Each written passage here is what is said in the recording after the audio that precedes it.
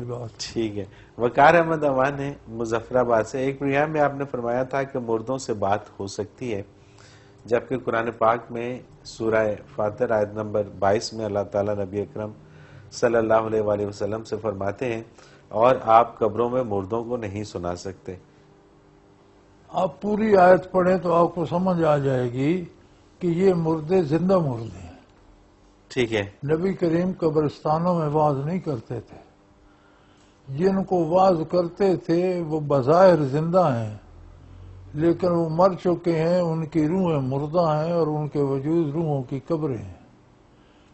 آگے ایسی آیت میں آتا ہے کہ آپ صرف انہیں سنا سکتے ہیں جو ایمان لاتے ہیں.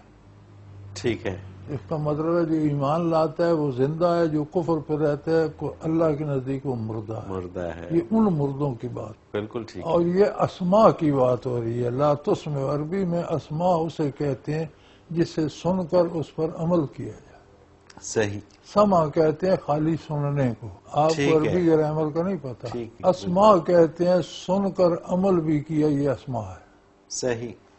اب جب یہ سن کر عمل نہیں کرتے تو یہ مردہ ہیں. بالکل ٹھیک ہے. تو جو مردہ قبر میں وہ تو سن کر عمل کر ہی نہیں، وہاں تو اسماء کی ضرورت ہی نہیں، تو یہاں اسماء استعمال ہوا.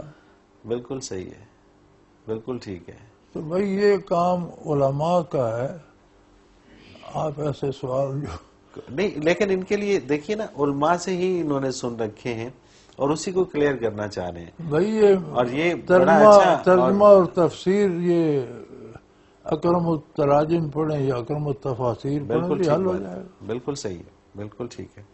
علماء اکثر بیشتر ہیں جنہیں خود نہیں پتا تو ان سے سن کر آپ کیا کریں گے. یہ بڑا لطیف سا فرق ہے. سما کہتے ہیں محض سننا. ٹھیک ہے. اسماء کہتے ہیں سن کر عمل کرنا، سن کر عمل بھی کیا جائے. ٹھیک ہے. تو یہ لا تسمعوا، ٹھیک ہے، ایسا سننا جس پر عمل بھی کیا جا سکے، وہ ان کو آپ نہیں کرا سکتے.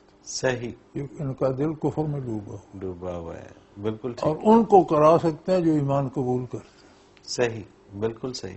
بالکل ٹھیک ہے.